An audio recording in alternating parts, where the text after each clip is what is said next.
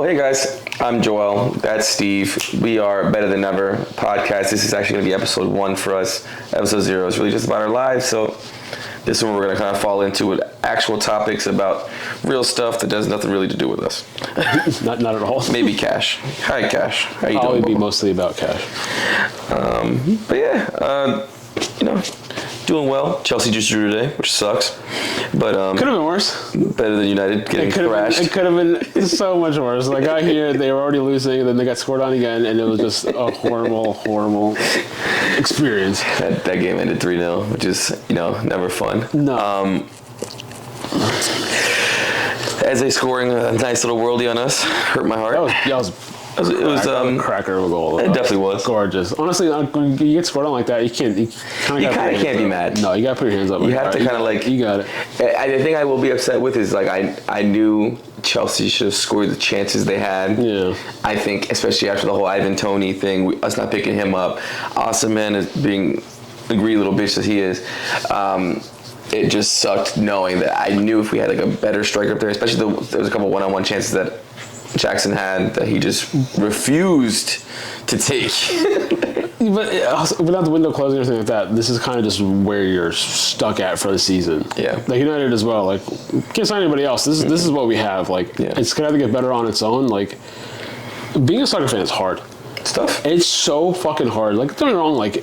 There are more dedicated fans to of course, horrible franchises that I can't imagine what that's like. Imagine being a Leeds fan. In the depths, struggling to get promoted, even teams that are barely promoted, immediately relegated. Yeah, and not only that, but imagine being those teams at the bottom of the championship, you're trying to get promoted to Premier League, as fast as you can, as hard as you trying to do whatever. But then on the other side of it, if you get relegated low enough, your team becomes semi-pro team. Mm-hmm. You know what I mean? They can come down and be a regional team, which is nothing.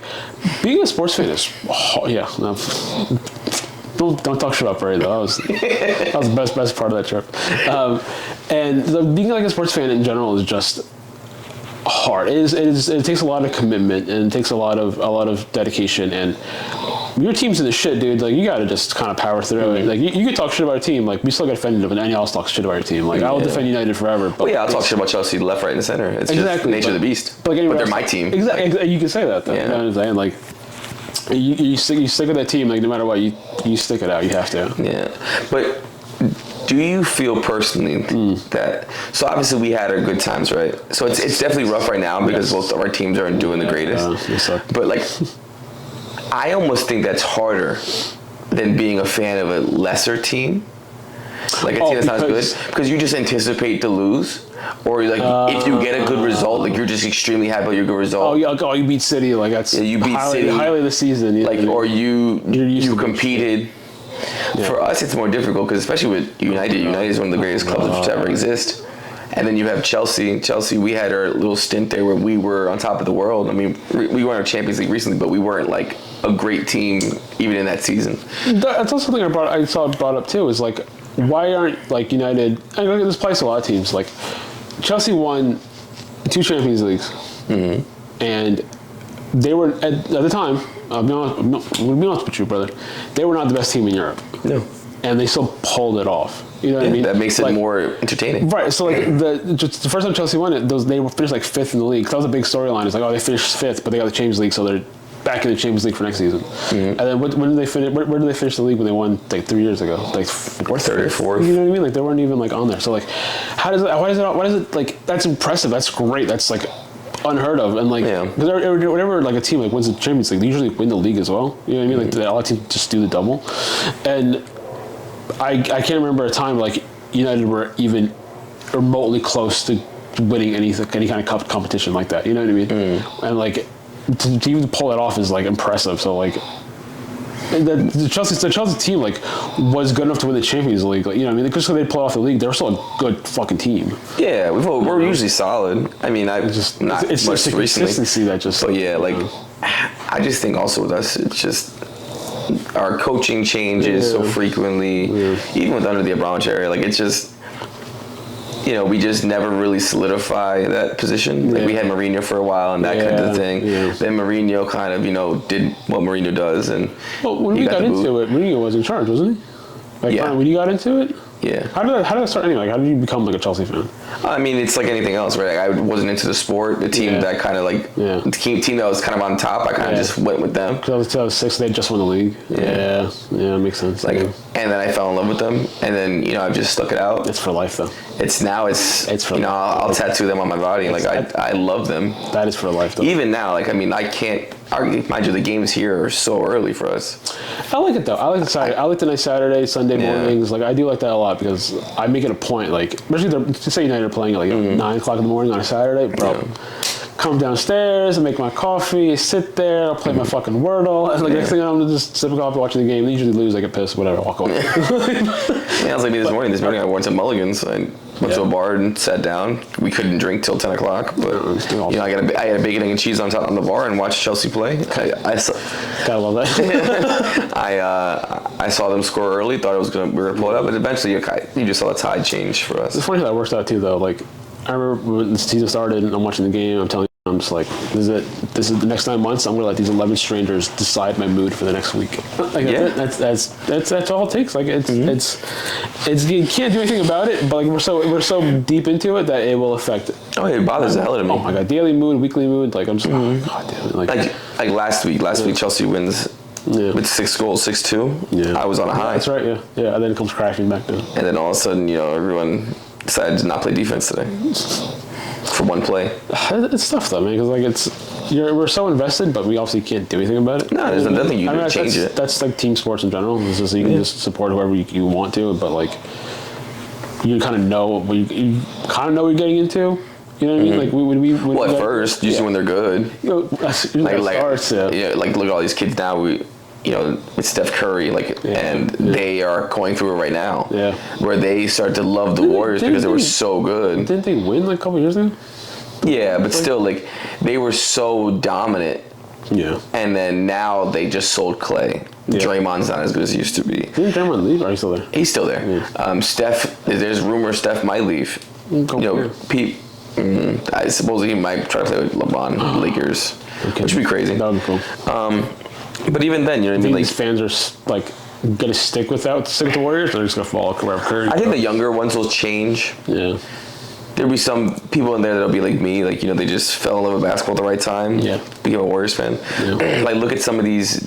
We live in New Jersey. How many Dallas fans do you bump into? How many Steelers fans do you bump into? Again, that was also different story. I only got into football because of college and Hines Ward. So I was 2011. But regardless, they are two of the winningest franchises in football. That's true. Cowboys weird though too, because I understand they were obviously so big, or whatever. But I feel like over here, everyone's obviously being in the area, it's Giants fan or Jets fan. So I feel like people. I thought Eagles fans too. Yeah, well, that's South Jersey, yeah, definitely. But a lot of people, I feel like a lot of people were Cowboy fans because it was they want to be different and not support the Giants. It's who do the Giants hate? You know what I mean? Yeah. That was a big thing in the 90s too, where in England with United, it's either you supported Arsenal or supported United, because they were they had it out for each other for most of the 90s and going into the early 2000s or whatever. So it was just I'm tired of United. I'm gonna support Arsenal because that's the other team. You know what I mean? So that feels like up here. It's if you're a Cowboy fan up here, I'm going to assume that you pick them because they're not the Giants. They're who the Giants hate. You want to be different. We're also with our age group too. It's a lot of people that their parents who are Cowboys fans. Okay, yeah. They've kind of fallen into it. Yeah. Some of them, because to just pick the Cowboys right now. Yeah. If your only team is the Cowboys, you don't watch sports. They are not good. They just the star. There's the logo. They're better than the Giants. I can't complain, but they're just not great. So usually it's you support them because of all the championships. It's Yankee fans. Yeah. How many people are Yankee fans that aren't really from here? You know what I mean? They just support the championships. Also the hat. The hat is the Yankee hat is not any color, shape or form. Yankee hat is iconic. That's See people in England wearing Yankee hats all the time. Yeah, it's just they don't even know what it means. Some of them. They're just what does this mean? Oh, and why? I don't fucking know. New Year. It's funny because I wear a Yankee hat so often that someone will talk to me about the Yankees all the time. And I'll be like. I got nothing, boss. Yeah, like I mean, like I support them enough, especially like in the playoffs and stuff. Yeah. And like obviously, I know Judge right now is having a great like career-defining season. Who they just got this year? They got Soto, right? Yeah, I think so. That was like a big deal. I have no idea how it's working out. But yeah, but the Yankees are doing well. They had they started out really hot, then they had a little bit of a lull. Now they're kind of like doing their thing. But Judge specifically is having like a triple crown worthy season. You know what I mean? Like that's all I got for you. Like I got nothing. I have it all the time. It's like, oh, you're a Yankee fan? I'm just like, yeah, because I'm not gonna deny it. Like, all right, I'm definitely talking shit, but I'm just like, yeah, big time. And then like they're like, oh, blah blah blah blah. I'm like, that's crazy. When people start hitting me with like ERAs like, oh, you see that home run yesterday? I'm like, I didn't see shit. A lot of times sometimes I just go with it. Yeah. Like they could tell me, did you see the moon landing inside the Yankee Stadium? And I was like, that's crazy. A unicorn came out. I'm like, yeah, bro, totally. I saw it. And I'm like, all right. What a highlight reel. Yeah, wild night in sports. It happened to me the Steelers a lot because I got into them like when I was away at college in like 2012 actually it was. Mm-hmm. And at that time like they were good, and then I don't know what exactly brought his attention to me, but it was Hines Ward, like the wide receiver. Like at that time too, he was old, but I remember thinking like, all right, this guy's cool as fuck. Like I think it's because he might have been on Dancing with the Stars at the time, which is really funny. For the Steelers, I'm not a Steelers fan, but Troy Polamalu was the reason. Oh yeah, well, I like the Steelers. Once I got into the Steelers, then it was like, oh, Polamalu's still on the team, like Roethlisberger was still on the team. A couple. Antonio Brown was before he was crazy, before the CTE got him. CTE did him dirty, brother. But like out there, I was like in the fucking sticks of Pennsylvania. There were a lot of Steelers fans, and then like at that point, like I was just like, oh, cool, like I got like a hat, a T-shirt, whatever, and they're talking about, bro. Talking about secondary, bro. I got nothing, dog. Yeah, we play the cover too, like. I'm like, all right, bro. Like, I'm not the fucking defensive coordinator. I don't know what to fucking do. Yeah, I like the sport. I like the team. Yeah. Do I know every nuance about it? Absolutely not. Absolutely. I can tell you a lot more about Chelsea. I can give you soccer. Absolutely. Even basketball. Yeah, I can give you a lot more detailed facts how I feel about things. Yeah, we're into a lot more, and it's something we watch. A lot of the other sports is like I'm a fan adjacent. Like I support, but I'm not like it won't affect my mood. No, it's literally it's United for me. It's United. Sixers. It's like probably Steelers, and then Yankees, and then everything else. Everything else is local. I always support local teams. I do like obviously like I always check up on the Red Bulls and stuff like that. I try to go a couple of games. So like I do want to support more local teams, stuff like that. But the Sixers thing also took off. Red Bulls aren't local, brother. They're from New York, apparently. Fuck off. They play down the fucking road. And I hate that shit so much. I hate that. Oh my god, that drives me fucking crazy. That drives me insane. That is one of my biggest fucking gripes ever. is the whole New York thing, but everything is in Jersey. Yeah. Like when the Super Bowl was here. Oh, it's in New York. I'm telling you right now, I wasn't in New York. I worked the event. It was in Jersey. We were there. We literally worked the event. Like, it was not in New York. Like, you could see the skyline, but brother, you were across the river. Yeah. You were off the turnpike. Like, you were in. You paid a toll to get there. You paid a New Jersey toll to get there. Like, no, I understand the hype. I understand the market. So I do respect like the Mets and the Yankees. Yeah, they're in New York and NYFC too. Like fuck them because Red Bulls, but like they are building a stadium like in Queens, so they're actually playing in New York. Mm-hmm. Great, respect that. I just hate that New York. I mean, granted, it's the market, but like we do a lot of stuff with New York. Jersey's the heavy lifting. Like we're hosting everything. Like, but like even the World Cup. Yeah. Oh, the finals in New York. Copa America. No, it's not. It's in Jersey. No, it ain't, dog. That shit's in Jersey. Like Red Bulls are one of the biggest ones because like they're not. I feel like they're not big enough to only be the New York market. You know what I mean? Mm-hmm. So the Jersey with the women's team is literally the New York / New Jersey Gotham FC, right? Mm-hmm. So their logo is literally N and a Y, but it's like kind of cut so you can separate the Y and the J. So they're actually trying. You know what I mean? I don't even like that. Give us our shit. No, give us back the Metro Stars. Like that's what we need. Yeah. Give us our fucking team. That's what I don't understand. Nothing to it. I don't understand why New York needs two of everything. Why do you need two baseball teams? Why do you need two? Because it's such a big market. That's why. They have 3 football teams. What? The Jets, the Giants, the Bills. Oh, that's the other side though. That's like That's still fucking New York. that is still New York. You're right. Yeah. Complete opposite sides of the state, but no, you're right. It is still New York. Give us fucking one. No, because one's AFC, one's NFC, one's whatever. One's National League, one's American League. Who fucking cares? I hate that fucking Subway Series. I'm saying, give us the Mets, give us the Jets. We'll take them both. I would support them till I die. That's fucked off. That's fucked off to Brooklyn. Mets, Jets, Nets. Yeah, I would take them all. Why do the Nets have to fuck off to Brooklyn? Why? Oh. We had yeah, Jay-Z, thanks. But like, they were the New Jersey Nets. I'm fine with them not being called like the Newark Nets, which I get also fine with. But like, New Jersey, it's cool. There's plenty of teams that are like named after the state. You know what I mean? Like not just the one particular city. So like, I'm perfectly fine with them being like the New Jersey Nets or New Jersey Jets or whatever. You know what I mean? Like they don't have to be like specific to that area because it obviously doesn't make any fucking sense. It's not going to be the East Rutherford Giants. Yeah, it just sounds ugly. It sounds terrible. So like I'm fine with that, but like you give us something, man. Like give us something. Jersey has nothing. That's like we're not getting any kind of team because like we're fucking babysitting the New York teams, and that drives me insane. Like if anybody who's ever met me knows that is one of my biggest pet peeves ever. Like I remember, like so a lot of English teams will come to this area and play Red Bulls, or not play Red Bulls, but they'll have friendlies, like preseason friendlies at like New York Red Bull Arena.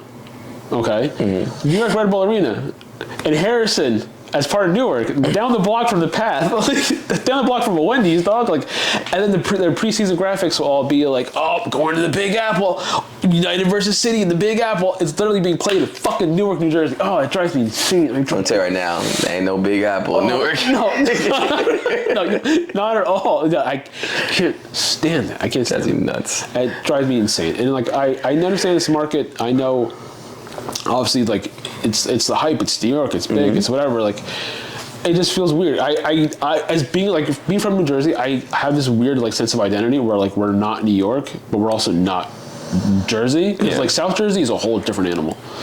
It's a whole different state. So 100%. I don't get. I feel like you cross a certain bridge, and I feel like I'm in West Bumblefuck. Like I see pickup trucks. I see Trump flags. I see. And that disgusting Delco accent, which is horrible. That Wawa hoagie accent. Oh, I can't stand it. And like, so for being where we are, like we're so close to New York, we can be there in like 20 minutes. But we're also not New Yorkers. No. You know what I mean? So like, but I'm okay with that, to be honest with you. Truthfully, like I say it a lot. You know, we are an hour from everything. Yeah. We're an hour from New York. We're an hour from Philly. We're an hour from the beach. Yeah. We're an hour from hiking. No, we're in a great spot. Don't get me wrong, but I feel like because we are like in the middle of all that, we're like we're really forgotten about. Yeah. Everyone, when they think of Jersey, thinks of the same thing. They think of like Jersey Shore, Snooki. They like put us on the map. Even though those people aren't even from Jersey. Wasn't Pauly D from like Connecticut? Yeah, they're from all different states that aren't us. Yeah, Vinny's from like Staten Island, which is also like I feel Jersey adjacent. Yeah, we might as well just take them too. Staten Island. So my wife is from Staten Island, as you know. We have a lot of friends in Staten Island. I go to Staten Island probably twice a week for X, Y, or Z. I would not be upset if Staten Island broke off from the bridges and then just floated off into the ocean. I love all my friends. Take them all. They can all move in with us. Yeah, all the people can leave the place. Like obviously, I have family out there with my mother-in-law and stuff, and like they can all come over with us to Jersey. But then Staten Island, go fuck off. Like it is. I like it, but there's also parts of it that feel like South Jersey. We're like very Republican, very like right wing, very whatever. I'm just like, bro, like just let it go. Like just break off the bridges and just swim away. Yeah, just go away. I love my Staten Island people though. Like I didn't forget about you, but I can't. Same thing too, where I'm just like, I feel more in tune with Staten Island nowadays than I do with like Jersey. Like I feel like Jersey does not have its own identity right now, and it's struggling. Yeah, they've taken a lot from us. Sadly, they've taken a lot from us. Like we're just in the ether at this point. Yeah, exactly. I mean, think about it. Even us now, like we live in Jersey. We have a great time in Jersey, but even the country in general. Like a part of me is like, living in Portugal right now, living in London. Yeah, honestly, like I'm about to let Jersey float into the ocean. break off another earthquake and separate it. No, but like I was in Portugal in the summer, for 2 weeks, and like I was seeing family and showing my nephews and my wife and brother-in-law, like those for all their first times, and so we showed them around. And like I love the country. I praise it. It's beautiful. It's gorgeous. And like again, I feel like I do this everywhere I go, where I'm just like, how could we live here? How could we live here now? You know what I mean? Like, how would it work? And like, it's hard, but like, I'm sure all those places still have their own situations. The grass isn't always greener. Like, no. I'm sure. Like, no, of course not. I romanticize London. Yeah. I romanticize England in general. And I'm sure people in England are like, bro, stay in America. Away, yeah. It's like they see in Billy Madison. Stay here as long as you can. You know what I mean? So like. What was it about London? Because like, we also went earlier this year, and like I know you said you always loved it. We went like what, 4 times already? 3-4 times at least. I've probably gone. No, I think I've gone 4 times. Yeah, but like, so what is it? What keeps grabbing? Like, what keeps pulling you back? See, I go to a lot of the Chelsea games too, which I like. I just like the atmosphere too. Like, I like the ability to take the tube and go from X, Y, and Z. What is also very funny, because like when we went, bro, we had no trouble navigating the subways. Nothing. I couldn't tell you fuck all about the New York subway. Yeah, the New York subway is the most convoluted system in the world. Bro, I cannot tell you how to get from point A to point B. I don't know what trains to take. I don't know whatever. Like, I'm sure you can figure it out with a map and everything. Yeah. But the trains are always late. Yeah, that too. There's always delays. There's rats everywhere. But like, we went there. We went to London, and we took the underground everywhere, and like no issues. We knew exactly where to go, what color to take, because they're all different lines. Like they like obviously come like stupid names, like, oh, we gotta take Tottenham Court North or whatever, and we're just like, okay, no problem. Ealing Broadway. Yeah, exactly. So like, we had no trouble with that whatsoever. But I couldn't tell you fuck all about the subway, and like I don't know why. I don't know. It felt so much more comfortable. You know what I mean? Yeah, I mean overall, like, something about the feeling of being in London, just like I said, being able to walk around, jump on the subway, go from one place to the next. Yeah. Everything's kind of like. Even some people say they hate the food. I didn't mind the food either. I like a nice little chippy. I ain't gonna lie. Like, it wasn't bad, man. Like, it's also okay. We didn't have a lot of traditional like English food though. Like, but it's also like New York. You go to New York, you're like, well, that's the thing. Like, I get typical New York food. You gotta get like what is New York food? A hot dog, a glizzy. Like, that's it. Like, it's even dirty water dog and some some nuts in a bag. Like, I'm gonna go sit down in a restaurant and order. Yeah, a gourmet glizzy. Like, you know what I mean? So, you know, we went to England. It's a melting pot. You know what I mean? Yeah, we had incredible Indian food. We did have incredible Indian food. Bomb. We had like Mediterranean food the first night, which when you go out to these cities and stuff like that, like, that's what you're getting. That's the best part of it. Like, you get all the diversity, you get all the experience. Like, all the bars you went to, they were good. You know what I mean? Those bars in Manchester, amazing. They were so much fun. But overall, I think I'm at the point, I get like this every now and then, especially with like, whether it's work or whether it's like just life in general, like you just kind of get over a certain subsection of your existence. 100%. And you're like, all right, it's time for me to change something. Fucking over it, Yeah, like I just want more at all times, you know?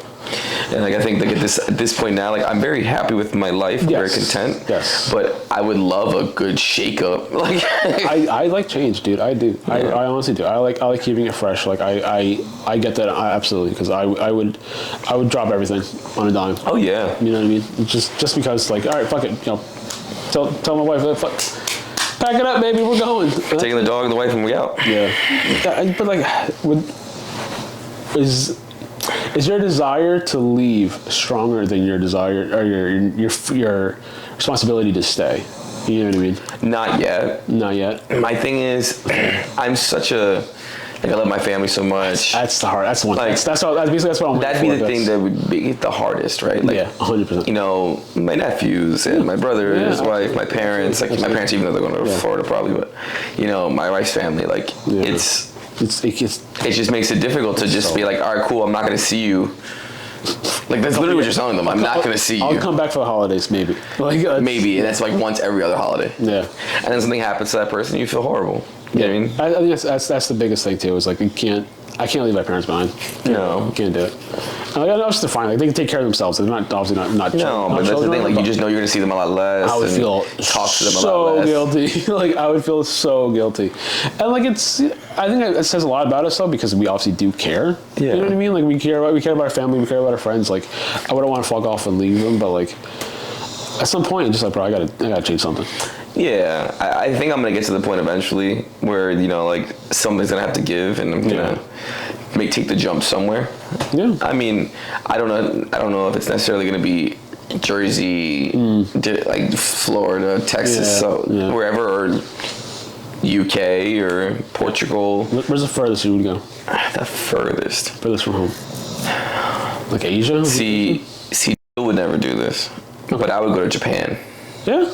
I think I would enjoy Japan. Okay. I think after obviously becoming more accustomed with their culture. Right. I think it's like that, almost subdued lifestyle. I think I'd thrive in. It's very, very. I was only there for like a week, but it was very very eye opening, because you also us being our interests are obviously very similar, and going into Japan, with everything I kind of know about it beforehand, you know what I mean? It's like, okay, it's very much like a polite culture and a lot of very respectful, whatever, and it's 100% legit. It really is. Everybody's very nice. I felt a little nervous, kind of being a foreigner, because I was also up north and more of a countryside, and I was kind of afraid. I don't know how they're receptive there would be. 'Cause obviously, Tokyo, you see everybody, all kinds of people, and everybody was very nice, very respectful. Everybody spoke to me in Japanese, which again, perfectly fine with. I'm coming to their country. I respect that. I don't expect them to cater to me. You should make it easier for them, right? Mainly. Everywhere we went, everybody was very nice, very polite, no issues, and it was true. It was just they really are just like this, on a daily basis. Everybody was really nice, and I agree. I would 100% go back. I don't know if I would live there though. See, I've never been there. Yeah. In my head right now, as of everything I've heard, I can see where I would thrive. Yeah. But I also could step foot on that place and be like, I hate it here. I don't know. The language is also very, very weird. Very hard to learn. Yeah. That's the big thing, right? It's wherever you go next, you have to be see, somewhere like London in England is easy. So much easier. Because granted, our languages, they're identical. I mean, they have different slang and terminology. But some of it is not. They have different things, the way they say certain things, but overall, you generally understand what they're saying. No, of course, yeah. But if I were to go to Japan, if I were to go to everything all over again. Germany, I would be difficult. Would you be more comfortable in somewhere else in Europe, like in Italy, Spain? I can see Italy too. Italy, I loved it there too. Yeah, you went a couple times. Greece was nice too. Yeah. I don't know if I can live in Greece. Yeah. Switzerland was cool. Yeah. But Switzerland everything was very expensive, almost too expensive for normal stuff. I don't know if that's a whole country thing, or is that just like a tourist thing? It could be. Where you were, because you were up in the Alps and stuff. Yeah. But.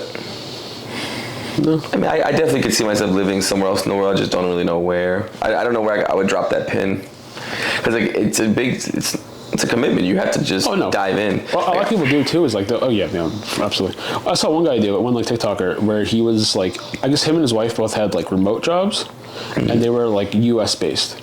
So they could waking up at all hours of the day. Well, that's a whole thing too. That's also, I don't know if that's feasible, because then if you work U.S. hours, that's a middle of your day just gone. But anyways, so this couple, I think they had a baby or whatever. They were basically bouncing around Europe, just moving around, while they were still kind of working and stuff like that. So one series he was doing, they was trying different tin fish. It was kind of funny. So while he was staying in Barcelona for that month. And then the month was over, he would just I think they did they put a bunch of different locations in a hat or whatever. It's all right, where are we moving to next? Imagine having that fucking freedom just to be all right, what major city that's next? Truthfully incredible. But a part of me also, as much as I think I would love that for an experience. Yeah. Oh, and that's not forever. It's not feasible. Absolutely not forever. I like to be able to say I know where my target is. Okay. You know what I mean? I know where I get my medicine. I know where I get I like to know where that kind of stuff is. I know where the supermarket is. I know if I need something, it's in aisle 6. But by the time you get used to it, you gotta fuck off to another country. Yeah, you know what I mean? Yeah. the conveniences of everyday life. Yeah. It's something that I would crave at that point. Just kind of the routine of it. Yeah. We're not creatures of habit. No, but we are though. If you think about it, like we're overall not creatures of habit, but like you probably do similar things every day. You probably drink your coffee at a certain time. More than I realize. Yeah, I guess. Like overall, like I'm sure your days are drastically different in some aspects. Yeah. But the core structure of your day is probably on the money. Yeah, that's true. But I think like even when you said earlier today, you were like, I watched Manchester play and I do my Wordle and I drink every Saturday. Like imagine that's not the morning anymore. That's right. Yeah. Imagine that's the afternoon. Yeah, that's true. Or the nighttime. Oh God, I gotta do the games after work and stuff like that. Yeah, the night games. Like we're used to now, like basketball and football and stuff. It's after work. I think that's why it's hard to watch those too sometimes. No, well, I mean, it's a football for us. It's on Sunday mornings and stuff, but yeah. But like, I thrive in that normalcy. Yeah. I like different things. Yes. Like I like to travel. I live I'm working. And I and some friends, we're going to Salem. We're going to Boston. That's cool. Oh yeah. I'm going to Nashville to see some. Have like a Thanksgiving-y thing with family. That's cool. That's cool. You know what I mean? But like I like knowing. Nashville? Yeah, nuts. Okay. I mean, it gets cool. Like I'm definitely cool for the experience. Like let's go do it. But like you're having like Thanksgiving dinner, like. Yeah, I don't know who's making the turkey, but oh, you're actually going for Thanksgiving. Yeah. Oh, no kidding. And that weekend before, we're going to Miami for like a yacht day for a friend's birthday. Yeah, you can't do that anywhere else. Yeah, you know what I mean? Like, and that all sounds fantastical and great. Yes. And in a nutshell, and in a fishbowl, it sounds amazing. But like, the ability to be home in this living room, this dog, watching a show or movie, whatever, and it's just that comfort is nice. Yeah, it's comfortable. And eventually, you kind of need that anywhere you are. Yeah, that's true. Because I guess if you do keep kind of moving around, you're never going to get to a point where you feel comfortable enough to have a routine or whatever. Yeah. Like you're like, all right, cool. Like you're almost counting down the days to be uncomfortable again. By the time you get comfortable, I mean, if you really deep it like that, you know what I mean? Like, yeah, that's true. Like you're going, oh, this is a great place. I can't wait to figure out where we're gonna have breakfast every day, and we're gonna get our groceries. And by the time that's figured out, you're like, oh, okay, it's Uzbekistan. Like, can't wait to get used to this. I get that to an extent. But every time I go somewhere new, every time I go to a new country, I'm just like, how can I make this work? How can I live here? You know what I mean? Like I remember looking up jobs like similar to what I'm doing, like electrical jobs, like up in like England and Portugal and stuff like that. And like it's just not what you expect. You don't really make enough. Definitely don't make enough where it's justified in any way, shape, or form. Yeah. You know, so like it's but even then, like this might be a dumb question. Sure. So if it is, let me know. But isn't like the outages, like the wattages, I mean, different from here to there? Would it still be the voltage? The voltage, yeah. So yeah, England uses, I believe, 220, 240 for their residential. Okay, residential in the States is 120. That's twice as strong. So would that be? Yeah, it's also why all my electronics die when I'm over there. Cause, not really. But like I plug them into something, it goes, and it dies. Yeah, but this shit goes. It's less stronger, yeah. Yeah. Would your expertise here translate over there? Yeah, I think so. I think it would be. It was just higher numbers to work with. But I'd be right. I think I would also just do it. Yeah. Cause like I've also like never had an issue like really kind of applying myself when I had to. You know what I mean? Like we talked about last time. Like school sucked. Yeah, so for everyone. But like every time I did anything after school that I enjoyed, I aced. Like I was proud of. Like we took some bartending class. Yeah. I went to the same school you did. I was a bartender for one night. I made like $60 and never did it again. But it was real. This class was great. The class was fun. Aced it. I had everything. It's fun. It was great. Good time. Tech school. Same thing. It was 9 months. But I liked what I was doing. Good time. It gets super complicated at some points. Like I'm happy I went, whatever. But like I think I finished like a 3.4 GPA. My brother, my high school GPA was nowhere near that. You know what I mean? So like to finish with that, I'm just like, all right, cool. Like, I guess they were onto something when they said if I only applied myself. You know what I mean? Yeah, but it's also something that I feel like in terms of us for school, we applied ourselves to things that we found useful. right? Like, if you show me, like, granted, I was good at math. Like, you show me a math equation that I don't deem useful to my day-to-day life, I'm going to mentally turn off. No, that's the whole age-old thing. We're just like, how is this applicable in the future? Yeah. It's not. Like, they ask you, what do you want to do with your life? And I say, I want to do graphic design, or I want to do X, Y, and Z. Yeah. And they go, cool. Now take this history class. Here, read Catcher in the Rye. Yeah. No. You know what I mean? Like, and at that point, you're like, all right, like, and yeah, I think the ability to write is cool, but like, why do I need to read this book and write a paper on it? Like, how does this apply? I just feel like it wasted a lot of my time. Yeah. And granted, I got through it and I'm done. I'm making good money now to some degree, but like, it's just where like it's the journey doesn't make sense. Yeah, like it's a very convoluted journey to get to where I need to go. No. Which is why I never cared. I mean, oh no, of course not, absolutely not. I'm just like, this is stupid. Yeah. This is like the second I could kind of like decide to be like, oh, I'm done with this, I was like, okay, cool, I'm done with this. Like, I'm never doing this again. All right, drop this next. You know what I mean? Like, thank you. Yeah. Thank you for this it paper. It all depends on like interests and stuff like that. Like, if it's something you enjoy, like a stupid phrase like, oh, enjoy what you do and you'll never work a day in your life. Yeah, it's true though. And like, I don't know, there's anything I do, like, I actually turn, anything I enjoy or in my interests, I would translate into a job. Like, all right, like, I love video games. I have not played nearly as much as I used to. Like, again, this is age, responsibility, time, whatever. Energy, like, just can't do it. I'm in bed by fucking 9:30, dog. Like, I'm not playing anything. Huge into comics now. Like, that's our latest, like, hyperfixation. And just, I'm doing a bunch of, like, Marvel stuff, whatever. I can't translate any of that into, like, a job. You know what I mean? Like, if to do anything like that, it would be like a whole separate field. But even then, like, I don't know where I would get started. But even then, so like now, I feel like when we first, were in high school and stuff, like the avenues for that stuff was not available. They weren't available. Not to us. But now, as we're in our 30s now, and looking at the landscape of the world, that stuff is available. Like, you could easily. I mean, it's difficult, right? It's not going to be handed to you. But you can easily start a gaming channel and just play every day or stream every day, and eventually hopefully build up something. Into a career, absolutely. You could, how many, I go on YouTube and watch people, like, break down, mangas and anime episodes and stuff. Like, that stuff wasn't available to us before. That was our thing. You know what I mean? Now we're at a weird point where, like, I don't think we're old, but we're not young, but we're still trying to do something like with our passions from that point. And I'm very grateful to that. You know what I mean? Like, that look, we have this ability. And I still have 10 years of being semi-cool. Semi-cool. Before, like, I'm just an old fucking fart. But that's another thing too, dude, is like the way these things also are much more popular these days. Like, anime was very, like, it's very mainstream now. When we were, like, into it, it was still niche. It was. And, like, besides, like, the main things at the time, like, obviously, like, Dragon Ball, Naruto, like, One Piece, like, the big three, the old big three, whatever. But you still, like, it was almost difficult to say you liked that stuff. It was also hard to find stuff too. That too.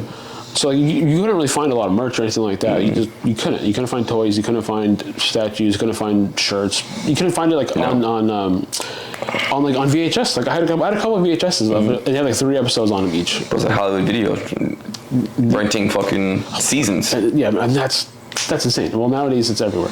Nowadays you just click a couple buttons. The only good thing about the future. Crunchyroll popular. That's right. Yeah, Crunchyroll is popular. But there's now you go into stores and it's everywhere. Like, it is so much bigger than it used to be. Like, anime now is like, it's almost like if you're not into anime, you're not cool. Yeah, that's what it feels like. Or back then, I was just like, oh, look at this nerd watching anime, just stupid cartoons. You know what I mean? And now it's you go to Hot Topic and stuff like that. We used to be all like bands and heavy metal, like goth stuff and whatever. Literally all anime now. Literally all anime and cartoons and comics everywhere. It's all you see. Like, it's not just there. It's all these other stores. Like, all of a sudden, like, it is like it's so mainstream where it's taking over. And like even with, like, you see things like in the fitness community, like, really, like, look at Dark Sports. Dark Sports is a fitness brand. I thought I was bringing more. No. That shirt is fire, but Thanks, like, Dark Sports did a collab with Naruto. They They just did a collab with, like, the Punisher. They did a collab with Spider-Man. Like that. Imagine taking that same merch 30 years ago, 40 years ago, and walking to, like, a gym. Who's a fucking loser? Yeah. Why are you wearing a cartoon on your shirt? Yeah. Why is it not a skull? Hardcore, bro. Yeah. So it's just a different world we live in now. It's more acceptable. Yeah. Even though I will say, in my brain, sometimes not that I'm embarrassed by it, because I'm definitely not embarrassed by it. At our time, though, there was a big stigma about it. It was very at our time, it was definitely a stigma about it.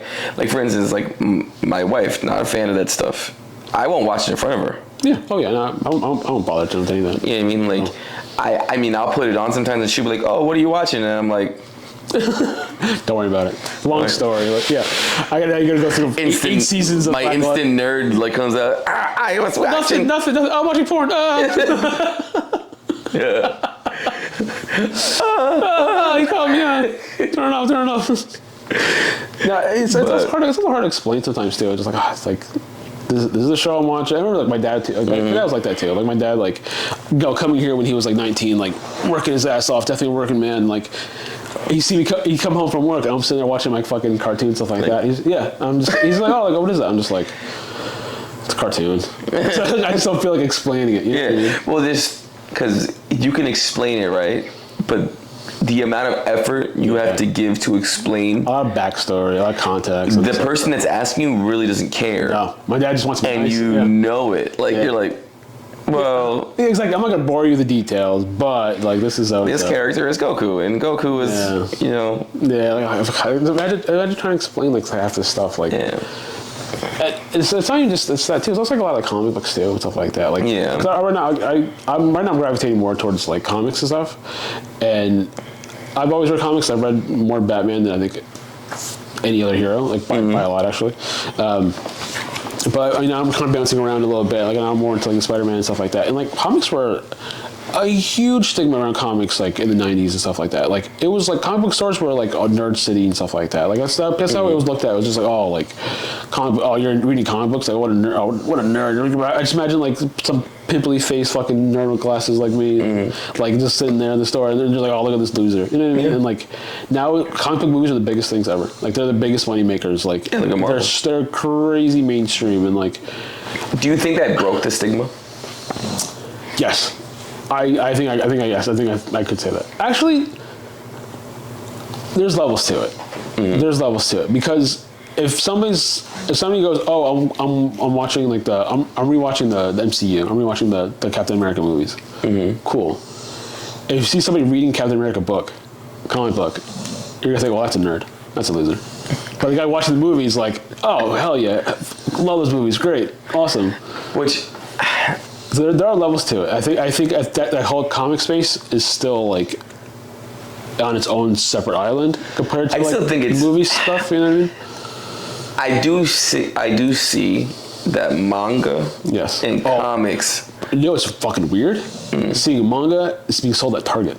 It's weird. That is weird. You get there and there's Demon Slayer. There's the latest one. Even the pop figures and stuff. Well, those still go. That's a whole. Well, I'm saying just do you remember ever seeing anything like that? No, not at all. It was in such like a niche store. Not like a Hot Topic. It would have to be Hot Topic or FYE or FYE. Oh my goodness. Sam Goody. Remember Sam Goody? Now we're going back. Now you go to like Zumiez. Zumiez when we were in high school was literally just like it was like I have to call them like pop punk stores. Like that's what it was. You were like all these like it was like a skateboarding company and stuff like that, and then you got more like streetwear stuff. You got like Obey and whatever, the hundreds and all that shit. And you go in now, anime. Anime just completely took over. Like, but even then, like you just see like even some celebrities now that just endorse it so much that it just made other people feel comfortable. Yeah. I do like that though, because as long as like people own it, you know what I mean? Yeah. Like don't be like a closet and like that makes you weirder. Like hiding it? They're like, no, I don't read that. I don't read that shit. Oh my god, what chapter is he on? You know what I mean? Like, no, you're right, because you have to just own it. You have to just own your fandoms. In this day and age, owning what you truthfully are, what you truthfully like, is like. Obviously, there's limits, there's lines, but like owning what you truthfully love, like I got it's accepted. Anime tattoos, dude. Like, but like I just don't see why you wouldn't at this point. Yeah, there's like no reason to hide it. Yeah. You know what I mean? Like I said, I still think I revert back to the stigmas every now and then, like especially with like my wife and stuff like that. But I feel like because we grew up in that era, like we'll never kind of fully grow out of that. You know what I mean? Unless like or until like we have like kids that we're trying to introduce this stuff to. It's like, all right, here, this is what we like. This is what we grew up watching. This is what we grew up reading. Like, and then at that point, you're like, all right, cool. I can share this. And they're still watching One Piece. Yeah, to this day. Yeah. To this day. I'm on episode 52,000. They never found that shit. It's 2 pieces now. The sequel, 2 Piece. 2 pieces I know, kid, or from the streets. Never. I would read it and never watch it. Can never. I guess it's still. So I think I'm gonna watch One Piece. Yeah. So apparently Netflix is doing like a new adaptation. It's like a whole remake. Yeah. They're doing a new remake, and is it Mappa? I think Mappa. No, the production company. Yeah. The people that do like man, what's that? Drawing a blank. Demon Slayer. Not Demon Slayer. They do Bleach. Jujutsu Kaisen. No. It's like Vikings. What is that? Oh, Vinland Saga. Vinland Saga. Yeah. Which is amazing, by the way. The people that did Vinland Saga are going to redo One Piece for Netflix because I think Netflix wants it to be more digestible for the average fan because they're clearly doing the live action stuff. Is that based off the hype of the like live action stuff? They're like, all right, cool. Like we have a new audience. Here's a new entry point. Mm-hmm. Comics do that shit all the time too. Where every like couple of years, there's like New 52 and stuff like that. No. Marvel's the biggest culprit of all that because like there's every like few years they're like, all right, here's volume 1. Restarting the series. Well, I mean, because it's like you want constant jumping on points. Yeah. And like, I understand that it probably makes it digestible. It has to work for them to keep doing it. It has to work. Yeah. Because like, all right, cool. Here's why would I? So if I've never read this book before, am I gonna pick it up at 1? Yeah. Or am I gonna pick it up at 146? Yeah. No, you're right.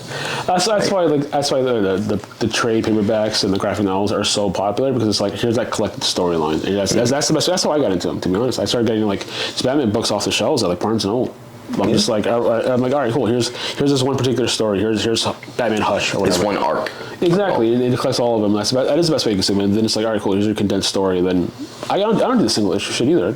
There's no point. It takes so much time. I mean, it takes so much space, so much money. Like it's just not worth it. Like you need to have these little bits that you can easily consume. You know, like it is hard. Like I have no desire to start One Piece at all. I have no. I started reading the manga though. I did read the manga. I got up to like maybe 2 arcs, and then I stopped. I do want to pick it up, but like, you can't tell me like, hey, we're on episode 1050. Like, start watching. You'll catch up in 3 years. Like, no, dude, like, you're not. Yeah. Well, even then, like, my problem with One Piece is that the average person that tells me to watch One Piece tells me like after episode 300 and something it gets good. Oh, when they get to this arc or this island. Yeah, like and. I will say, when I first started watching One Piece, the first like season, it was enjoyable. Yeah, I actually did fairly enjoy it. Yeah, no, it's just the daunting task of this is all I have to watch. It's so intimidating. This is all I can watch from now until my hair goes gray. I'll catch up maybe. It's also gonna take you like, even if you break it down, like, all right, cool. If I watch this many episodes a day, it will take you months and months and months. Like, it is a huge time sink. And I can't. And it's so, don't get me wrong, it's so huge. It's so big. Like, it's gigantic. I just went to Anime NYC. I go every year with my cousins, bring my nephews, whatever, and I still see constant. I still see One Piece cosplays constantly. Yeah. Like they are everywhere. I probably still work One Piece than like anything else. Don't get me wrong, whatever's popular at the time, like, will definitely be like that would take up a lot of the space. But I think like last year it was a lot of JJK, a lot of Chainsaw Man too. Chainsaw Man, there's a lot. Did you watch Chainsaw Man? I read it. I read the first like part. Chainsaw Man was very good. It fell off hard. But I feel like people just... It fell off hard. Cause I saw like maybe 2 Chainsaw Men the entire time. Well, yeah, we're waiting for next season right now in terms of the anime. But still, maybe when it comes out, the hype will come up again. Yeah, hype will shoot back up again. Yeah, this. But like, you also see other animes that never happens to. Like you see, like, never falls off. You see, like, One Piece. People still go crazy for One Piece.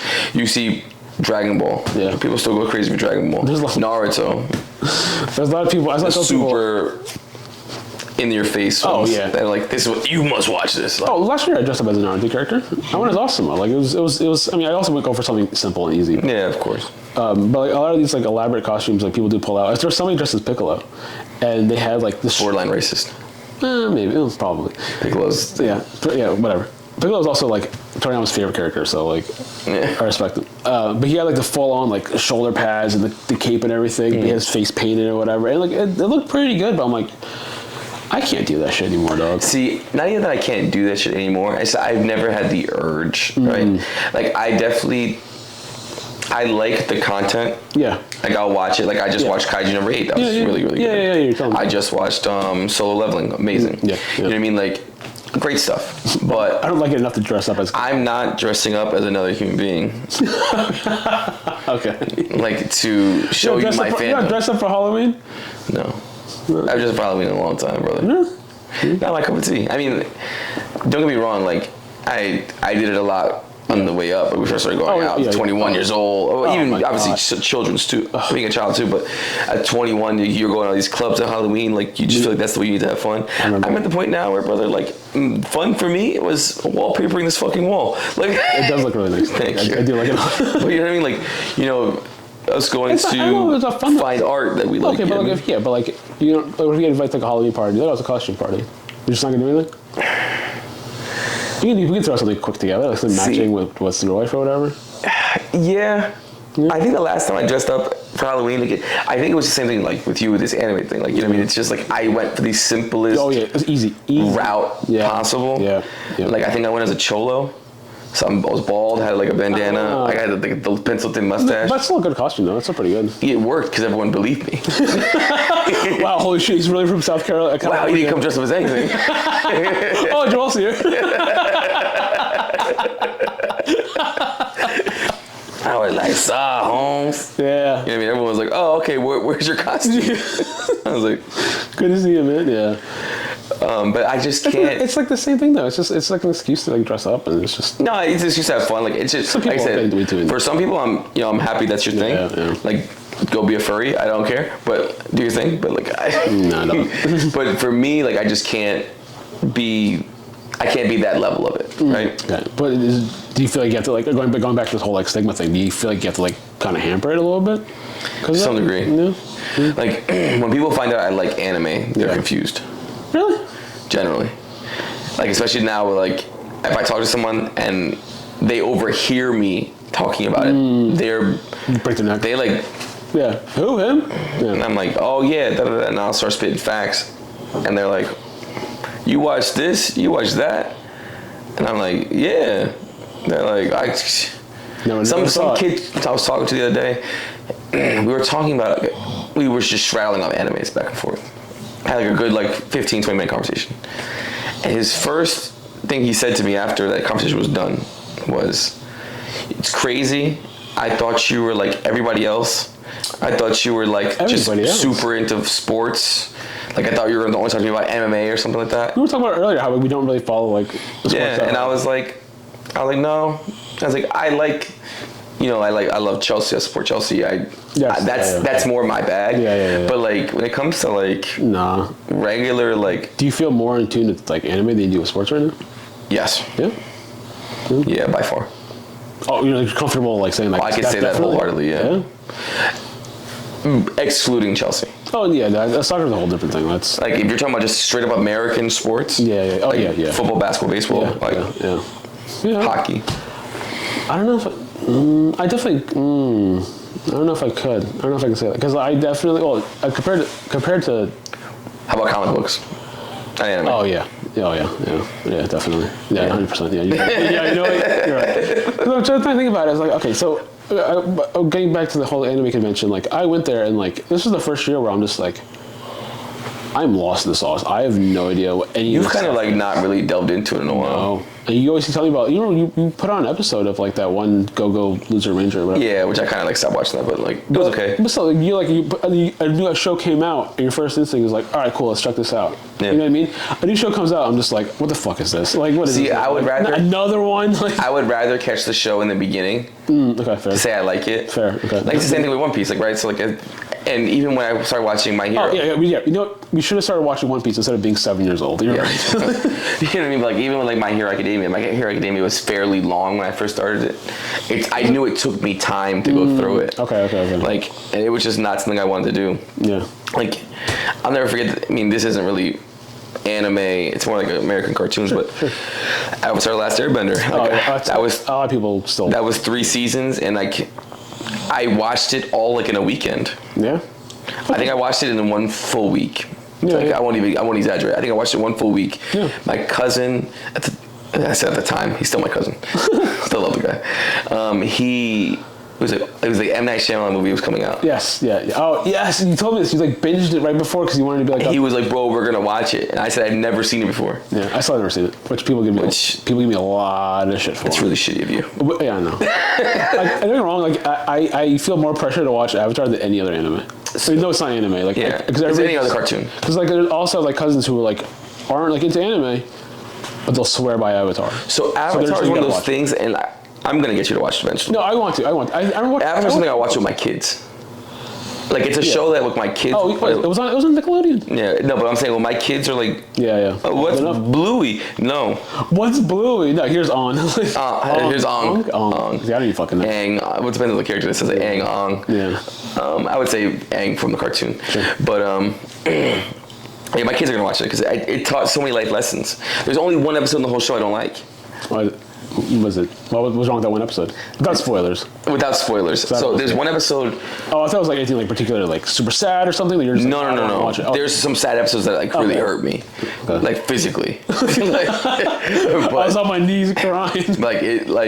There's some episodes that will break you. Like, if you've seen the show before, like, there's some episodes that involve Appa, the sky bison. Bro, that... Sky bison? Yeah. That sounds fucking hard. That's gangster, dog. Sky bison? So, there's episodes that involve Appa that I could truthfully tell you that made me want to hug my dog. Yeah. My dog was like a mini Appa. Yeah. But there's one episode in particular I hate in that show. It's called The Great Divide. And it divided me immediately. I felt the divide. That show, that episode fucking sucks. Was it like early episode or like late episode? I think it's like somewhere in the middle. Okay. I think it's like, I want to say it's like that. It's either season 2. It's either somewhere in season 2 or early season 3. Right. Okay. I think it's season 2. Great Divide. It's the one episode that goes fully against Aang's character. No. So like, there goes all the character development. Yeah, like, so this one episode, like, whoever was writing it was like, never seen this show before, and they were like, I'm gonna make him do this, and I was like, that happens sometimes. I was like, what the fuck? Like, I wonder if is that a common thing that other people like also hate that episode? I don't know. I've never actually looked into it, but for me personally, like, it's, I don't want to give too much away, but there's a point in the episode where like he chooses to lie essentially. And his whole thing, he's a monk who tells the truth all the time. Right. And like, yeah, he's still a child. He still does certain things to like, bewilder people or whatever. But he willingly lied. But he like flat out just lied. And I was like there was so many other ways he probably could have like done it. Okay, sure. Like to gain the resolution needed in the episode. Okay, but I'm trying to paint a picture. Yeah. But like basically, there's just two types of people. There's two groups of people that are originally from like a similar tribe, but like for 100 years they don't like get along, and they need to go through this one passage together. Okay. To get to the other side, to go where they're supposed to go, like what's called Ba Sing Se, I believe. I'm pretty sure that's where they were going. But they were going to this one city called Ba Sing Se, and like the people wouldn't get along because of some incident that occurred like 100 years prior. Okay. So he divides them. He's like, you guys travel on this side, you guys travel on that side, and then 2 other characters assist them. And travels on the Sky Bison or whatever. He's like floating through, or he's like somehow getting through, but not in either group. Okay. And he finds that they like end up now. The 2 other people in his group hate each other now because they've heard the stories from each group. So in order for him to get everyone to like come back together, he sets a lie because he's over 100 years old. He was in the ice for 100 years. Yeah. So he said he knew the original people that they were talking about in this supposed incident. and said, "Oh, like you believe it was this, but it was actually this." So he didn't just lie. He tried to change. He fabricated their whole existence. Oh shit! Oh, now I want to watch. I'm curious. Like, that shit pissed me the fuck off. I was like, Aang wouldn't do this. Like Aang was my boy. Like I was like, bro, Aang, you ain't like this. You changed, dog. You're different. You be different. Avatar life changed you, homie. But I was kidding. pissed, bro. And I'm sure I described that really poorly, but hopefully you got somewhat of the gist. Honestly, now I'm more curious than ever, to be honest. I don't watch it, Yeah, because that like pissed me off. Specifically that episode. I hope anybody who's ever seen that episode, I hope the 6 people that see this episode of this understand how pissed off that made me. And I hope that they were just as pissed off as me. Sound off in the comments if you hate that episode. Like the cricket that liked it. You know, it just makes me so furious. I hate when writers go against the characters. No, that happens all the time. Like all their motives and everything. Like it goes out the window. You just throw it out the freaking window. I was like, was that part of like a continuing like arc, or was it just like almost like a one-off? No, it definitely was a one-off episode. Oh, okay. Yeah. It wasn't like there's not many filler episodes in it because there's only 3 seasons. Right. But like that episode, they were just transitioning from one part of the world to the other. And they needed to go through this specific passage to get there. Gotcha. Okay, that makes sense too. And they just happened to be doing it with these 2 groups of people. Is Legend of Korra better? No. Did you watch it? Yes. Really? I refuse. It's like a time skip, right? It's like 100 years later. Not 100 years. It was after Aang's death. After who? Aang's death. Dad? Death. Aang dies? Yeah. So it's the next Avatar cycle. I didn't fucking know this. Oh. Spoilers. Bro, what the fuck? I honestly had no idea. So there's the Avatar cycle, right? So I think it goes fire, air, water, earth. earth. In a certain order. Yeah, fire, air, water, earth. Oh, I didn't know that. In the first Avatar, it's going to Aang comes back from the ice he's found, and then he has to try to defeat the Fire Lord or whatever. Yes, yeah.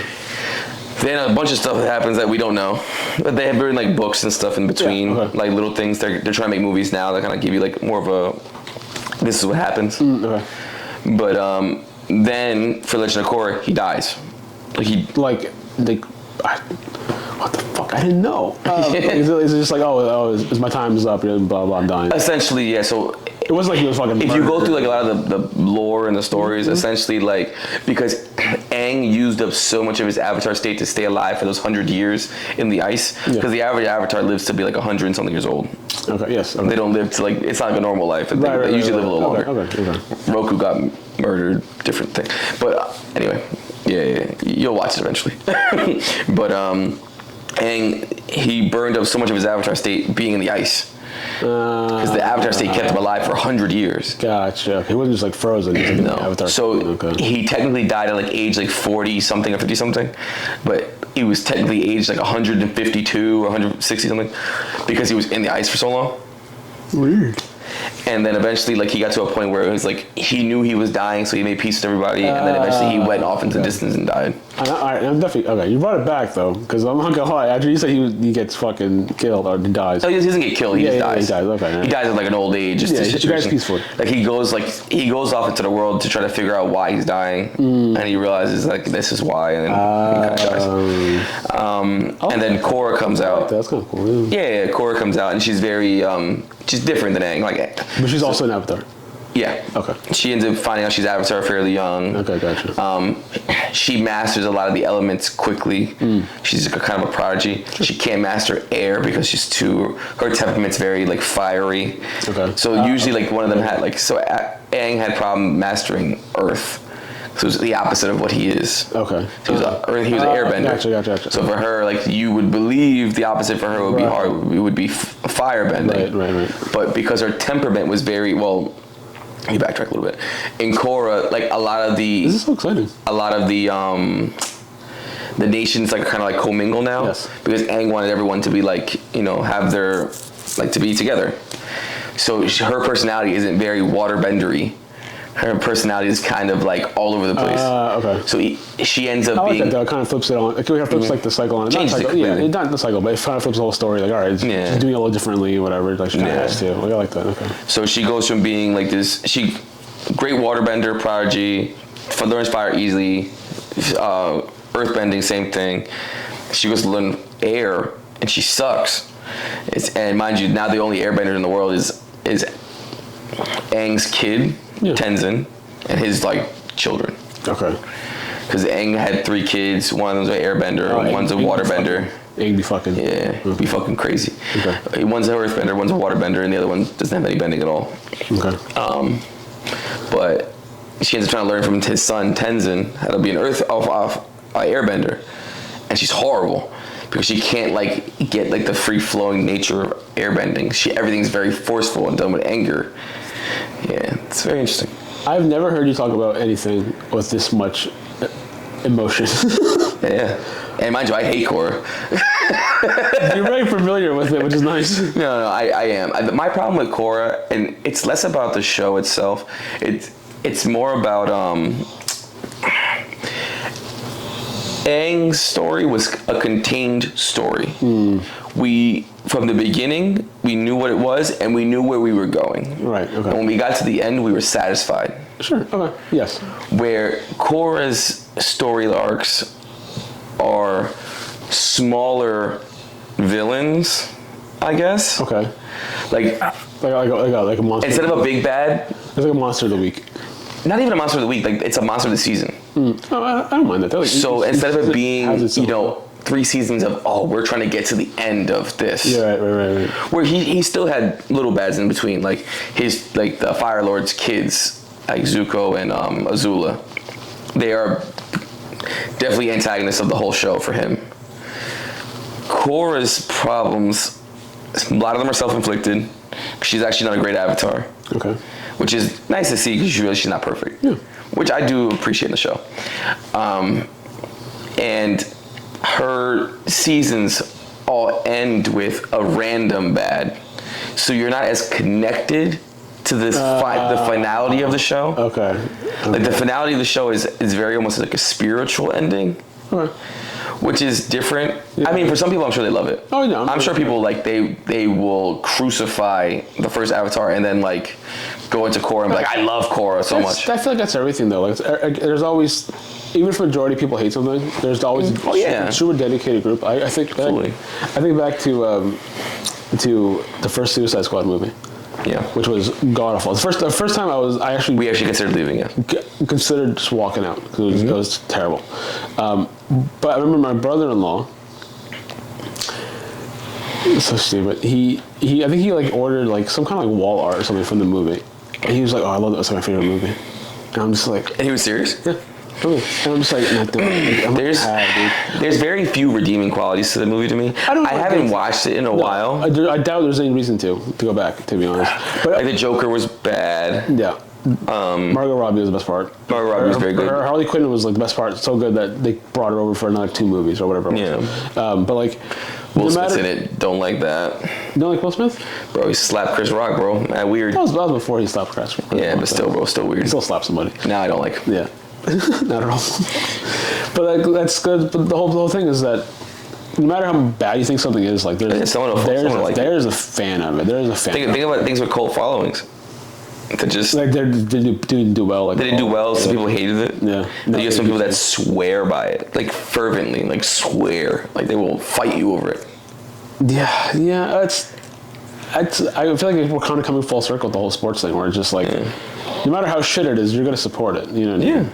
Maybe it's not the best analogy because it's like the team is always whatever. Like well, you could stop supporting an anime really quickly by turning it off. Turn it off to the TV. Well, that's where like sports is a little different. Like sports is like we suck, but like for instance, Chelsea today drew. I was pissed all morning. But it's just that drove me to drink. It's that whole commitment to like fandom. You know what I mean? It's like, like people like who swear by like the fucking Joker or whatever. For example, I'd be like, that's. Joker's in it, love it no matter what. You know what I mean? So anything like that. Like people, you're just dedicated. But like, I want to give these like some things a chance. I'm gonna watch Avatar. I'm gonna watch Avatar because like that's one. I hope this channel gets big enough where we can do a watch through. A watch along of Avatar. Because I want to watch it. I want to see Avatar through your virgin eyes. My reaction, live reaction to fucking Avatar. I fucking hate this. Korra's fire. I love Korra. I'm like, we're not friends no more. 20 years down the drain. No. I'm gonna give it a shot. Like there's not a lot of things I would actually try to watch or do. Like I've been recommended fucking countless shows, animes, books, everything. Like and there's too much media to consume. There's not enough time in the world. There's not enough time in the day. There isn't. And like I'm very selective. Or like especially nowadays. Or back in the day, absolutely. Something oh, very cool. I'll check it out. Well, you still have your comic books, you still have your mangas, you still have everything else. You're still trying to do what you love while still consuming another stream of media. Right, which is, I definitely want to say I made this realization like last year, maybe 2 years ago, where like if I had something to give, like so if there's too many things to watch, something's got to give. It's TV shows. I don't have the time or head to commit to a fucking 10-season show right now. You know what I mean? I did wrong. Like I used to do it. I did it. It was like Sopranos. Like I watched that recently. Like not too recently. I watched it. It was probably 5-6 years ago now. Where like I watched all of it. The idea of starting a 6-season, like 13-episode, hour-long episode show is a fucking nightmare right now. Yeah. I would never get into that. Like, I do it a lot more now because of like me and my wife watch something together. You guys watch a lot of shows, right? We sit down together and watch them. Yeah. But we're like, I won't watch a show by myself. Unless it's like anime, it's different. You watch anime by yourself, but not anime. I watch it myself, and usually during while I travel, which is weird. It's a very weird thing I do. But oh no, that's not bad. I remember we went to England. You were watching a show. I watched all Solo Leveling while we transfer. Well, yeah. Okay. While we went from one place to another. Yeah, on the train or whatever. Yeah. So I can't commit to that anymore. I just can't. If it's not coming out live, I don't know if I can do it. So the only time we did anything like that was me and my wife. We binged the first season of House of Dragon. Which was only like 8 episodes, so it was relatively. How did you like House of Dragon? I liked it. I liked the first season a lot more. Second season was not great. See, I never watched it because I was so turned off by the last season of Game of Thrones. You could go into this not watching Game of Thrones and be absolutely fine. Well, I've seen all of Game of Thrones. Oh, okay, then yeah. But I'm saying like I was so turned off. Yeah, we were together. We saw the finale. It's terrible. You know why I'm here. Why do you think I'm here? The fuck? Fuck off, Brian, you fucking nerd. Kick him right in his chest. Fucking no-like motherfucker. Oh, God, yeah. So yeah, I think that was a lot of people's big gripe with Game of Thrones in general. Yeah. The whole franchise was just like, it ended so poorly. It really did leave a sour taste in everybody's mouth. Yeah. But House of the Dragon came in and like, I heard it was fresh. I heard it was like something new about it. Like compared to Game of Thrones, it's a very much more condensed story, which I like. Which also easier for me to fucking kind of follow, especially since like I'm not watching it consistently. Like don't get me wrong, we gave ourselves plenty of time to watch a show, and like there are times rather where like we're putting shit on, and it'll take us 3 days to finish one episode because then we put it on, fall asleep. She gets disinterested. I start picking up my phone, and we're just like, let's just turn this off. So like, I can't commit to that. But no, it's a much more like condensed story. It takes place like hundreds of years before Game of Thrones. So with Game of Thrones, mind you, I know nothing about House of Dragons. Game of Thrones had a clear like where they were going eventually. You know what I mean? Like with Game of Thrones, like, it's almost like Avatar, right? Like we knew kind of. To some degree, it was actually no, I can't actually say that. Game of Thrones was very ass backwards. It started out with very like medieval like stuff, and then it was like now we fight demons. Like that was all part of the book though too. Like they tease a lot of that at the beginning of Game of Thrones, but like the biggest issue with Game of Thrones was that like they caught up to the books. Yeah. So the whole last season was just like the writers like filling in the blanks. It showed. Yeah. So like I think George R. Martin was like involved to some degree, but like. It 100% showed because they're just like, all right, cool. We're gonna wrap up 6 different storylines in 6 episodes, or whatever it was, and it was just like a clusterfuck. Like it was not good. That's the worst ending for a single character, Jon Snow specifically, that I've ever seen in my life. No, it was the most like they were like, oh, we know all these things. They're talking about, oh, you're a Targaryen. And he's just, and it's gonna be. He's like, it doesn't matter. Like, what the fuck you mean? It doesn't matter. What was all this built up for? Well, it was supposed to be his throne. Exactly. He's like, I don't want it. It doesn't matter. Blah blah. We should elect somebody else. What the fuck was all this hype? What was all this built up for? Like it was just. And it was said that Bran was supposed to be the. I don't know. I don't remember. I honestly don't remember how. I remember them trying to brand it, be like, he's the best one, he's storyteller or whatever. He's the Raven or... Not even that. It was just like, oh, it should be something. I remember it was something stupid like, oh, it should be in the something. book. No, I'm saying that was a decision made fresh for the show. No, I know, but I'm saying like in the book, I don't know if it was ever supposed to be him. Yes, I wondered. The book, did the book ever come out? No.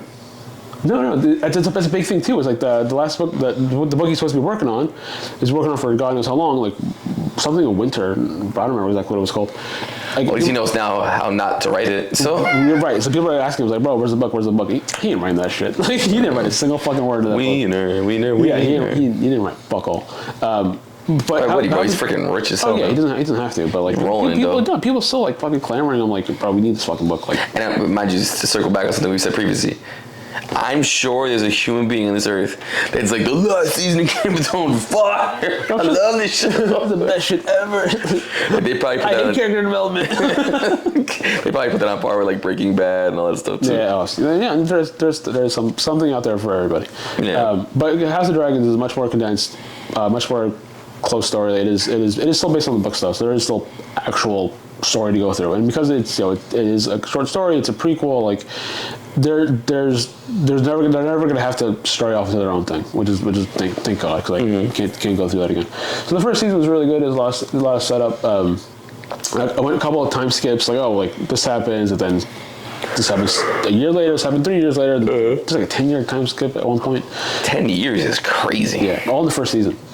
So the second season like kind of picks up like right after that, where the first season ends with like them kind of being like up in the air about who should be the rightful heir to the throne. Like, I don't want to spoil it because like I do want you to watch it. I think it's really good. Yeah.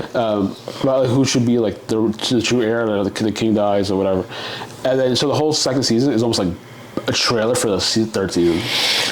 Yeah, like it started out well, and then it just like, kind of dragged on, and then eventually came to a point where like nothing happened. So it just didn't really have a point to the end. No, it does. It's just a preview for season 3. It's like basically like building up for like a war. That was the whole season. This war's coming. This war's coming. One of these days, this war's gonna come. And this war's gonna boom. It ends on a crazy note where it's just like, holy shit, we're ready to do this. The season's over. Yeah, so it's a giant filler season.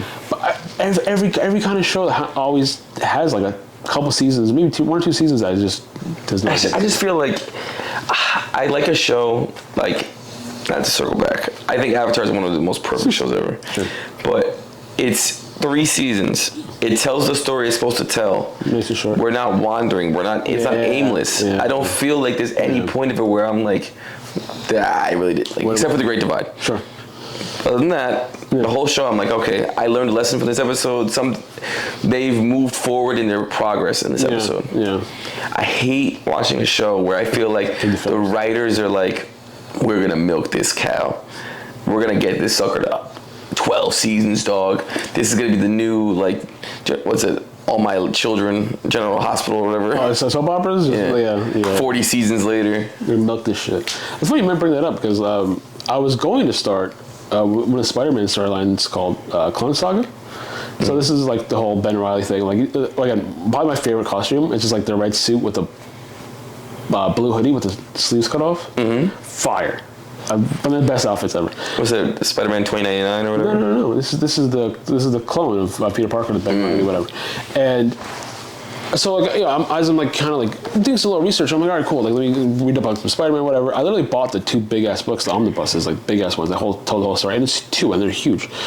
And I looked online. I was like, oh, okay, cool. Like, recommended reading order, blah blah blah. This is before I kind of bought everything. I was like, oh, let me check it out. And everybody says, skip it. Just the whole thing? Skip it. Don't even fucking bother, because it sucks. And the problem was, it was again going back to character development. I don't really know the exact details because I didn't read it, but it's something stupid like, oh, the Peter Parker we know from the 70s is actually the clone. Yeah. So he's the clone. He's the fake one. See, because the first clone was introduced in like I think 74. So there's already a few years into, a few decades into Spider-Man, whatever. And then this came out early 90s. So it's like the last 20 years wasn't even him. So I had a big gripe with that. And then the problem was because it's so stupid. But people tell us skip it is because like a lot of people want to read it or go back to it is because of nostalgia. It's like, oh, I remember like the Clone Saga was a big thing during the '90s for Spider-Man. It took the, cause at that time there was like 4 different Spider-Man books coming out monthly, and it took up all 4 of them. So it was like huge. It was a huge thing. So people like remember. Oh, I remember this in the '90s. People remember that it fucking sucked ass, because what happened was the same thing, or they absolutely milked it. Because Marvel wasn't doing great in the '90s, almost went fucking bankrupt. Like you know the whole thing. They had to sell off the rights. That's how we got the Fox universe, Sony universe, whatever. That's how that all happened. Because they really had to sell properties, otherwise they were going to go under. They were 100% going to go under. And so what happened was they started the storyline. It was just another event. Like there's been comic book events for decades, and here's another one. The problem is it started out selling so well. It was supposed to be a 1-year story, turned to 3.5. So they milked the fuck out of it. They were like, "We gonna make this sucker run." And that's what. And next thing you knew, it went on too long, dragged on too long, going into weird subplots that didn't make any sense, just to stretch it out, and they ruined it. They absolutely ruined it. And like people are just like, I understand that money fucking runs the world, but like at one point you have to let art be art. Yeah, like you can't like just. You can't stretch it out. It was designed to be like a 1-year story. Like that's how it should have been. And they were like, keep that going. Yeah, I mean, like how? It's already fucking written out. Money's the root of all evil at the end of the day. You know what I mean? It's just like, I can't stand that. It drives me crazy. Like, they're again, like you said before, just milking it as much as they can. And we get to the point where eventually it's just like, let it go. There's beauty in the ending. Yeah. Don't get me wrong, a lot of shows get it wrong. Yeah. A lot of media gets it wrong. Yeah. They get the ending wrong. But there's beauty in the ending. There's beauty to get to the end of the story and be like, okay, the journey we've been on has gotten here. It's kind of the problem with Marvel now, because the end stretching it out. I wish Endgame ended it. I wish they were like, all right, cool, we'll let it breathe for a couple of years and we'll redo everything all over again. Like a soft reboot. You can do a soft reboot with like maybe mentions of like the old characters. Yeah, of course. You can definitely do like a soft. They could definitely like time skip it, something, or screw it, do it all in a whole new universe. Start from the '60s. Yeah. Fucking start over. My problem with that in general was like we got to this weird lull period where it just was awful. Yeah, it was. And I really wish that Deadpool, the new movie, he just was Marvel Jesus and just. A lot of people wanted it to be Marvel kills the MCU. I desperately wanted that. But like for Fox, which it kind of was. I mean, kind of. Rest necessarily. Like I wish it was straight up Deadpool kills the Marvel universe. Yeah, or kill the Fox universe. No. No, you mean it. I mean everyone. Just kill everybody. Yeah, because it's just start over. They've been so unenjoyable. They have not been great now. Like besides Deadpool, I think there's all the shows too, dude. Oh. And the shows now tie into all the movies. And if you didn't watch this show, like I ended up just watching YouTube videos about things before I watched the movies. All recapped, yeah. Because I just can't anymore. We watched the first episode of like Secret Invasion, and like I just did not care after that. No, it was awful. I didn't give a shit. It was awful. And like it's She-Hulk, terrible. Just god awful. Echo? I forgot the show existed. I don't care about it because of the Daredevil stuff, but like I'm not gonna watch. I desperately care about Daredevil Born Again. Oh no, that's gonna be 17 episodes I watch. God. Like nobody's business. Oh my god, I can't. I love Daredevil so much. I can't. But like I couldn't even fathom like nowadays like watching any of this stuff. No, yeah, it's like the Miss Marvel. Terrible. The Marvels was okay. The Marvels was... I think it was better, but it didn't do anything for the... The Marvels, if that came out a couple years ago, we would have all just straight up hated it. The fact that it came out now, it was like, this is better than what we've had. That's true. Yeah, I guess you're right, yeah. It's always something. Like, imagine the Marvels come out after Black Panther. Imagine the Marvels coming out after any of the Spider-Man movies. Right. Oh, that's a big jump. Or now it's we would have went like from now it kind of fits because it was on the same level, like playing field as everything else. I was like, Eternals. Also, they just canceled the sequel. They're just like, no, we're not doing that anymore. And the sad thing is, Eternals, I thought was like an average movie. I think the problem was it just wasn't a Marvel movie. Yeah, I get that. No, I get that. Like, if you told me Eternals was not Marvel related, people would have been like, oh, it's a great movie, new superheroes and blah blah. They were like, this is Marvel. They were like, huh? Who is it? Who did it? It happens a lot though, where like things are kind of written out and they slap like a skin on it. Yeah. You know what I mean? like a lot of people. I forgot what it was recently. People were also griping about the same thing, where just like this feels like it was already written out, and then they just slap on a Marvel paint, a coat of paint on it, you know, and I don't know, it's just like, oh, that's the money maker right there. Oh, it's Marvel now, so it's whatever. I think it was. I want to say it was like, remember the Cloverfield movies? I very random. I don't know why I'm bringing something up. I already know where you're going. I love this first one. I know where you're going. I don't know, but I don't know if we do more, because like it's the second one, and then I think the third one as well. Were already written as like a horror movies. Oh wait a minute, I don't know where you're going. Yeah, I don't know where you think I was going. Oh no. I'll say that. Okay, so the second one was like a really good, like thriller about like basically a kidnapper. If you remember the first movie, it's not very similar at all. But that's what happened. This story was written out, screenplay was done, and then whatever company was it bought it. It's like, let's make this a Cloverfield movie now. So I do know where you're going. Let's tie it in. Yeah. So I know where you're going with so the same thing with the third. The third one was supposed to be like, oh, it's start of like the Cloverfield universe, and it was like a space sci-fi thing. Yeah. I don't know if it was the same situation, but like that's what it feels like. It's like, oh, cool. Yeah, like the movie wasn't meant to be a Cloverfield movie. No, it was just like, and the studio was like, Cloverfield. We got to attach a name to it. Yeah, and everyone's gonna watch it now because we're all gonna watch it. Yeah, this exactly. is this. Yeah.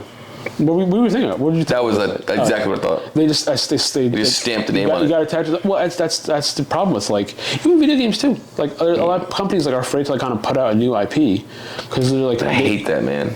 Yeah. I hate that we don't get new shit. We don't. We do get some stuff, but it's just not that good. And when it is good, people also like criticize it. I was like, oh, whatever. But if you take the same game and then slap a Star Wars coat of paint on it, like, oh, cool, it's a great Star Wars game. You know what I mean? Yeah. Like, it's never ending. It's across like all media. It's just like, all right, cool. Now it's a Assassin's Creed game. Yeah. Which sell. Those games suck. That was probably a bad example. But like you have to attach it to something, otherwise it won't sell. Like this day and age, like the budgets are so high for everything, where like we need to make as much money as we can, no matter what. Yeah, by all means necessary. By all means. No matter who we hurt in the process. No, they don't give a shit. No, so games, games are expensive. There's DLC, there's season passes, there's microtransactions. It's impossible to consume it all. It's not just that, they're trying to just milk it all. Because they're just like, I'm trying to make my money back as much as possible. All the fucking Spider-Man movies came back to theaters. Do you remember that? Yeah. So they recently came back as like, oh, it was like a celebration of like Spider-Man coming back. No, they're not. They're trying to just fucking milk everything they could out of it. And then when No Way Home came out, it shot up to like number 1 or number 2 on like the highest movie list of all time, whatever the fuck it was. And then a couple months later, they put it back out in theaters. It was like, oh, now more fun stuff. You're putting out the same fucking movie. They also just wanted the record too. With like 5 minutes more of like footage, not even 5 minutes, just to again milk every fucking penny possible. Avengers Endgame, that's where they try to get number 1 back. Because Avatar did the same shit, where they re-released it back in theaters. You know exactly why you're re-releasing it. You're just trying to get that. You're trying to keep that title, trying to get the number. I think it shouldn't count towards the same number. No, it shouldn't. Absolutely not. The Marvel one was a joke. It was again like maybe two deleted scenes, and then there was a scene that wasn't fucking finished with the Hulk that they played like either right before or right after the movie. So like it was like a Hulk scene that wasn't fully CGI'd. Are you gonna put that in fucking theaters? Someone ate that shit up too. They were like, "Look at this shit, bro! The Marvel. That's the best Hulk I've ever seen." Like look at him. He only got hands. Like, it's shameless. It is absolutely shameless. They are milking everything they can out of these franchises, and like I'm sick of it. I'm tired of franchises. I'm tired of cinematic universes. I'm tired of this multiverse continuity bullshit. Fucking give me new stuff. I need new stuff. I need new shit to consume. Well, I think that's why I think eventually the DCEU, the new one, is going to take over because everyone's going to get. That's new. Yeah. I think James Gunn's going to take it in the right direction. No, I trust him with that shit. Yeah. But I need new stuff, man. I need new stuff. What time is it? Who fucking knows? But I need new stuff. And speaking of new stuff, hopefully you enjoyed this new episode. We'll catch you next time. Peace.